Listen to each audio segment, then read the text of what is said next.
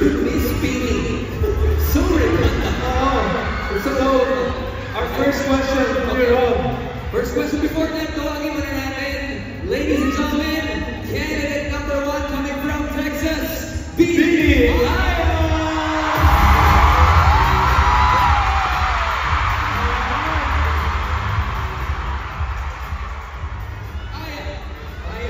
Please stay right here with us.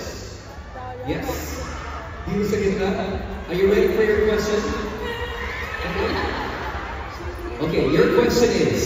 So, Aya, your question is from John Michael S. Ibo. Welcome home, our walo.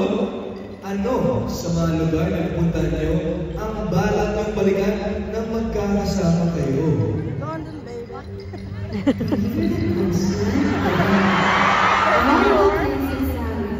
Of course, it would be nice to go back to all of the places, cities, and states. But for me personally, I would want to go back to Vancouver because that's where I get to run, and knowing that that's my love language, and I would want to give that to the girls, and hopefully they would join me in running. Wow! Pasado ba sa sagot, Milo? Pasado yan. Pasado sa mga judges. Narinig na natin. Pasado ang kanyang sagot. Yes. Here we go. Hopefully for the next mini run, lahat ng girls natin mag 21K. Sabi ko rin kayo, maraming. Give it up for our candidate number 1, Baby Aya. Thank you.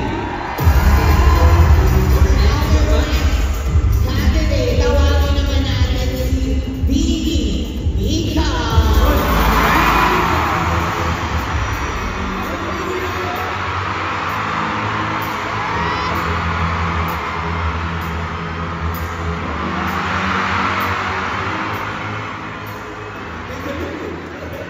Grabe naman ang marapan na yan. Bibi Mika, ready ka naman sa iyong question. Ako, napakahirap ito. From Jeremy Velasquez. Siyempre, may mga nag-try kayo yung food abroad. Meron ba sa isip mo na talagang hindi mo na siya makalimutan at iniisip mo siya nung paulit yung nakain mo yun?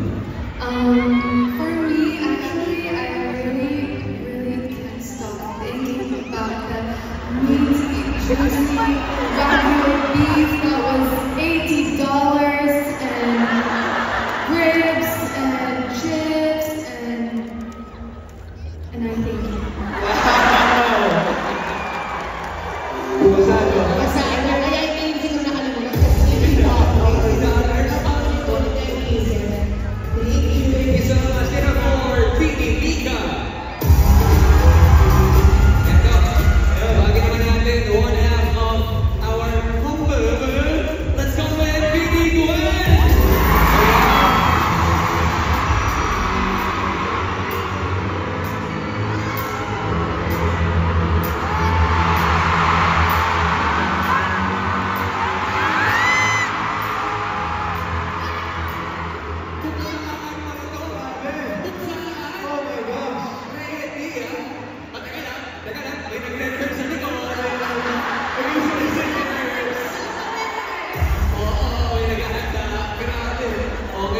Oh my gosh! For that beautiful walk, Gwen. Gwen, do you feel any pressure right now? I don't feel any pressure right now. Zero pressure. Beautiful answer. Okay, Baby Gwen, your question is this. From Nicola Ruth Matreo Papera. Can you share a behind-the-scenes story from the tour that us Blooms would be surprised to hear? Oh, Naglating na ba? let me think. Okay, so minsan sa mga arena, kasi after ng concert, doon kami na-relate sa arena. And minsan, hindi ganun karami yung shower room. So, minsan yung girls, yung sa shower room, Ano nila ako? alam niyo na, minsan nagsasabay-sabay kami naligo. Pero okay lang yan. Babe, hindi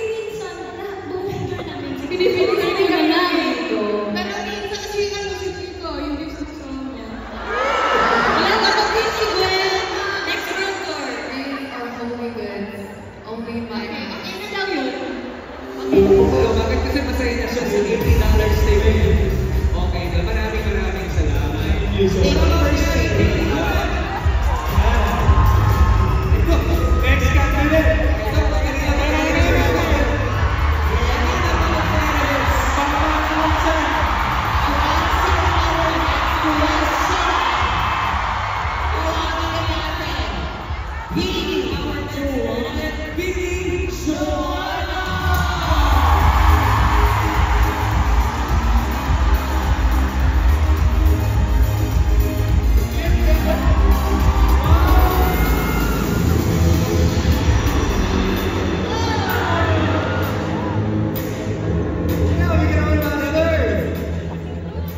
Grabe sinabi na napaway-way tayo lang ako.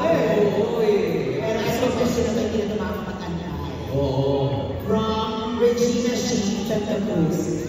If you could go back the day one of your debut and whisper something to yourself, what would it be? Whisper it, whisper it. Ang ganda ng tanong. Whisper.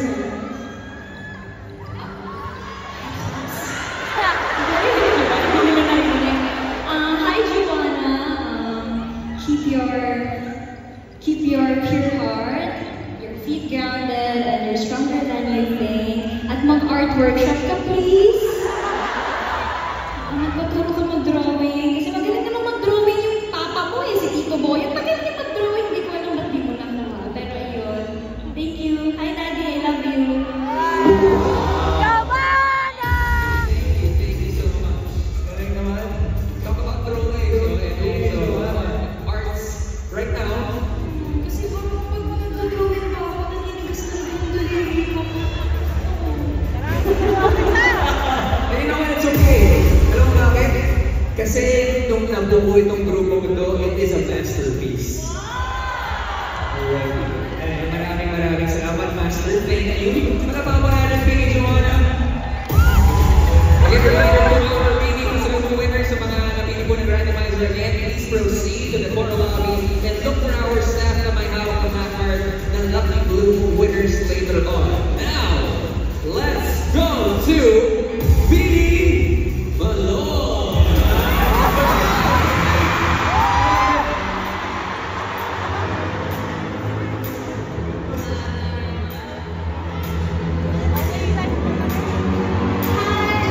I need an interpreter, please. Interpreter. Interpreter. You look at our interpreter. Randomizer? Nag-randomizer. Okay, are you ready for your question? Billy Malone? I'm born ready. Okay. So, Maloy, your question is from Georgette Portus. In an alternate universe, let's say you're not part of BD, but rather a bloom. What kind of bloom will you be, and will you show your love and support to BD? If I am in an alternate universe, I think I will be a kind of bloom that has a kind heart, and ititrata ko yung BD as humans. That's it. Thank you. Thank you so much. Thank you. Grabe ha? That was a heartwarming answer. Thank you. Eto na. Another half of Makulit. Pili!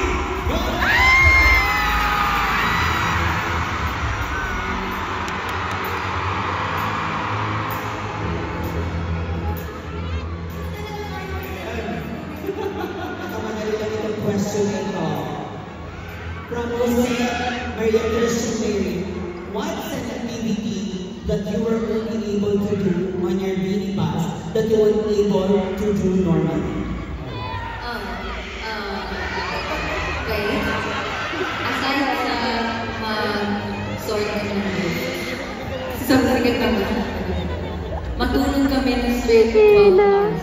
Nagre-ready na. Walang alarm. Hindi kami ginigising. Gigisingin lang kami nasa venue na kami.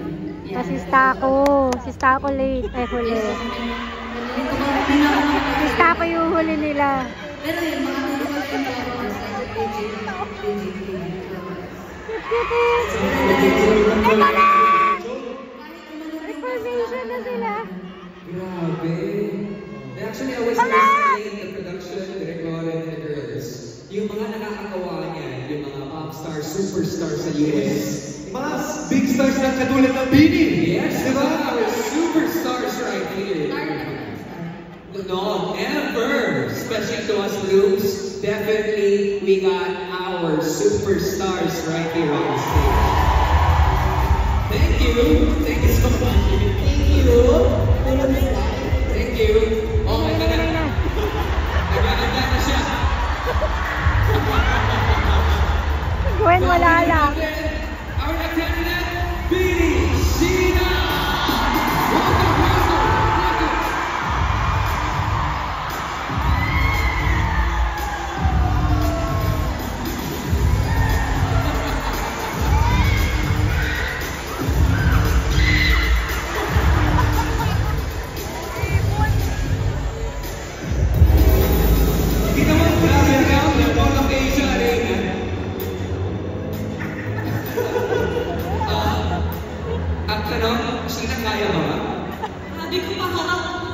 Harap lang. Ang ganda ba? Nag-world tour kayo eh. So kailangan kayo sa your entrance. Okay, Sheena, are you ready for your question? Yes. Okay, your question. From Jana Marido. Out of all the songs that you performed during the world tour, Naiyak na naman po si Mika. what was your most favorite and why? My favorite song to perform is Pantropico. Pantropico is my baby. And yun na kasi yung last song. So sa Pantropico, sobrang full out na namin. Ulit! Pantropico. Okay, nakibahan kami, nakikinig kami. Akala ko may ibang sabihin. Yes, yun lang. I love Pantropico. Sobrang sarap ng sayawan. Yun yung world tour kasi iba yung COVID sa ibang part. So it's something. Nicolette!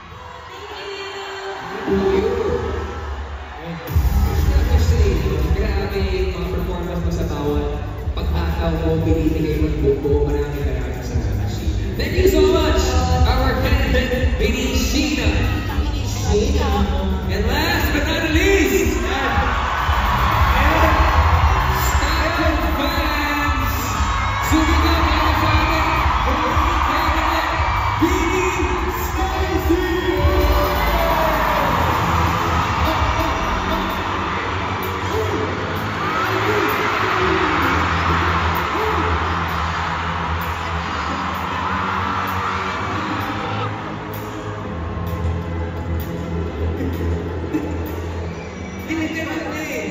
Yung wala akong nagtulong.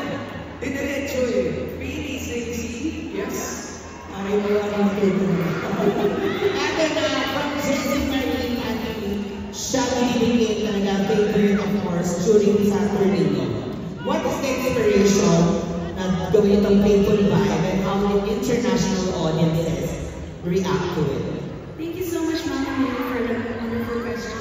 Of course, we're very honored and grateful to be able to represent Filipino culture around the world. And it makes us super happy because, you know, Shaggy is not just a song or a game, it is something to be proud of. And we're this song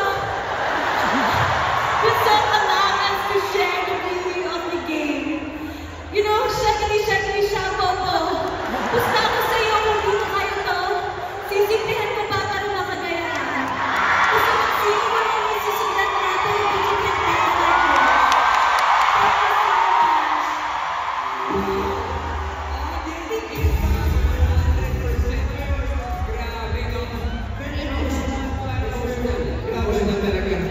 Grabe, palakpakan po natin our OTA